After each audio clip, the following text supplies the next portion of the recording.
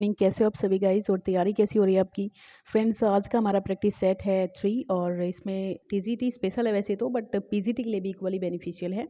और एल्ट्री ग्रेड हो या फिर आपका जीआईसी वगैरह और बाकी डी ट्रिपल एस बी का टीजीटी पीजीटी हो, तो कोई भी टीजीटी पीजीटी हो बिल्कुल आपको जो है हेल्पफुल रहेगा वीडियो। कहीं का भी टीजीटी पीजीटी आप दे रहे हैं, ऐसा नहीं है कि कोई क्वेश्चन यूपी के लिए बना है, कोई क्वेश्चन हरियाणा के लिए बना है।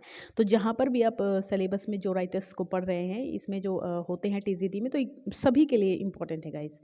तो चलिए देख लेते हैं पहला क्वेश्चन क्या है स्क्रीन पर। और ये रहा हमारा पहला question. He was a good teacher but a poor student. तो he was a good teacher but poor student. तो यहाँ पर आयरनी, एंटी क्लाइमैक्स, बाथोस, कौन सा यहाँ पर होगा आपका फिगर ऑफ स्पीच। तो यहाँ एंटीथीसिस की बात हो रही है गाइस। जहाँ पे दो अपोजिट फ्रेजेज हों या दो अपोजिट सेंटेंसेज आपको एक साथ मिल रहे हैं, तो वहाँ पे एंटीथीसिस होता है। Which of the following statement is correct about memoir. Memoir के बारे में कौन सी स्टेटमेंट सही है। In memoir the emphasis is not on the author's developing self. मतलब केवल ऑथर के जो खुद का जो डेवलपमेंट उसका हुआ जिस तरीके से, उस पर एम्फेसिस नहीं होता है, बट ऑन द पीपल, लेकिन उन लोगों पे होता है और इवेंट्स पे होता है that the author has known, जो ऑथर जानता है, ठीक है, जो अपनी लाइफ में उसने देखी हैं। मेमोआ का हिंदी में क्या कहते हैं, संस्मरण, है ना।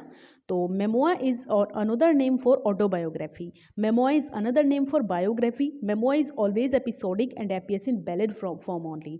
तो देखिए यहाँ पे आपको बताना है कि करेक्ट बताना है। तो मुझे तो इनमें से ए करेक्ट लग रहा है, इसमें ही मेमोआ के फीचर हैं। बाकी मेमोआ ऑटोबायोग्राफी नहीं होता है इसका नाम, ना ही बायोग्राफी होता है और ना ही ये एपिसोडिक होता है, ठीक है।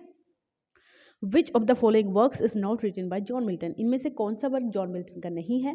तो ode on the morning of Christ nativity, ये तो बिल्कुल है। और on the late massacre in Piedmont और पीडमोंट और द इनर विजन, या फिर on arriving the age of 23। तो ये जो इनर विजन वर्क है गाइज, ये इनका नहीं है, ठीक है। बाकी हमारे जो सारे के सारे वर्क हैं, ये तीनों के तीनों ये इन्हीं के हैं। तो इनर विजन आपका विलियम वर्ड्सवर्थ का है। किसका है, विलियम का। वर्ड्सवर्थ लिख देती हूँ, इतनी जगह नहीं है फिर, ठीक है, Wordsworth. Identify the error part. इनमें से एरर पार्ट को आइडेंटिफाई कीजिए, कौन सा है। Rajeev was happy that Sanjay and his sister was going on the same train next day. देखिए सारे के सारे सही हैं, लेकिन जो ये जो बी है आपका, ये गलत है, इसमें एरर है। क्या एरर है, यहाँ पे वॉज की जगह वर होना चाहिए, क्योंकि दो लोगों की बात हो रही है गाइज, दो लोगों की बात हो रही है। दैट संजय एंड से अगर दो चीज जुड़ी होती है तो वहां पे प्लूरल का यूज होता है। The correct spelling is, encrypt की करेक्ट स्पेलिंग बता दीजिए क्या होती है। एनक्रिप्ट, तो ए सही लग रहा है इसमें मुझे, पहला ही ऑप्शन सही है गाइज, ठीक है, ए ऑप्शन ही हमारा सही हो जाएगा। और चलिए, mark the part with the error. बताइए कौन से पार्ट में एरर है। ईच सिगरेट, हर एक cigarette, which a person smoke, जो एक व्यक्ति पीता है, does smokes does some harm, कुछ हार्म करती है, and eventually you may get a serious disease from its effect, और इसके इफेक्ट से आपको कोई गंभीर बीमारी भी हो सकती है, होने की संभावना है। तो बताइए यहाँ पर कौन सा गलत हो जाएगा, इसमें कहाँ पर एरर है। तो यहाँ पे डी ऑप्शन में एरर है गाइज, डी ऑप्शन में एरर है। और क्या एरर है ये भी देख लीजिए। सीरियस क्या करना है, जो सीरियस डिसीज़ है उसको सीरियस डिसीज़, इफेक्ट्स को ना सीरियस डिसीज़ करना है, बस इफेक्ट को यहाँ पे करना है, its effect with a serious disease effect. मतलब रिप्लेस कर दीजिए सीरियस डिसीज़ को किसके साथ, इट्स इफेक्ट को ना इफेक्ट्स करना है, यहाँ पे इट्स नहीं लगाना है, इट्स गलत है, ठीक है, ये गलत है। चलिए, these boxes are very heavy, they are full. अरे यहाँ तो ऑप्शन ही नहीं है, ऐसा कैसे हो गया, सॉरी गाइज। चलिए कोई नहीं, कोई कोई बिना ऑप्शन वाला भी क्वेश्चन आता है, वो भी करना चाहिए हमें, है ना, बिना ऑप्शन वाला भी होता है।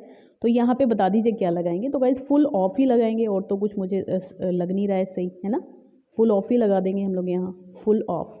चलिए, what is the meaning of the word mercenary. Mercenary का मतलब क्या होता है, मोटिव टू अर्न मनी, ठीक है, केवल ऐसी जॉब करना जो पैसे के लिए करते हैं, या फिर केवल एकमात्र उद्देश्य जिसका पैसा कमाना होता है, तो उसको मोटिव होता है केवल अर्न मनी। काम कुछ भी हो, केवल पैसा कमाना है, तो उसी को कहते हैं मर्सिनरी।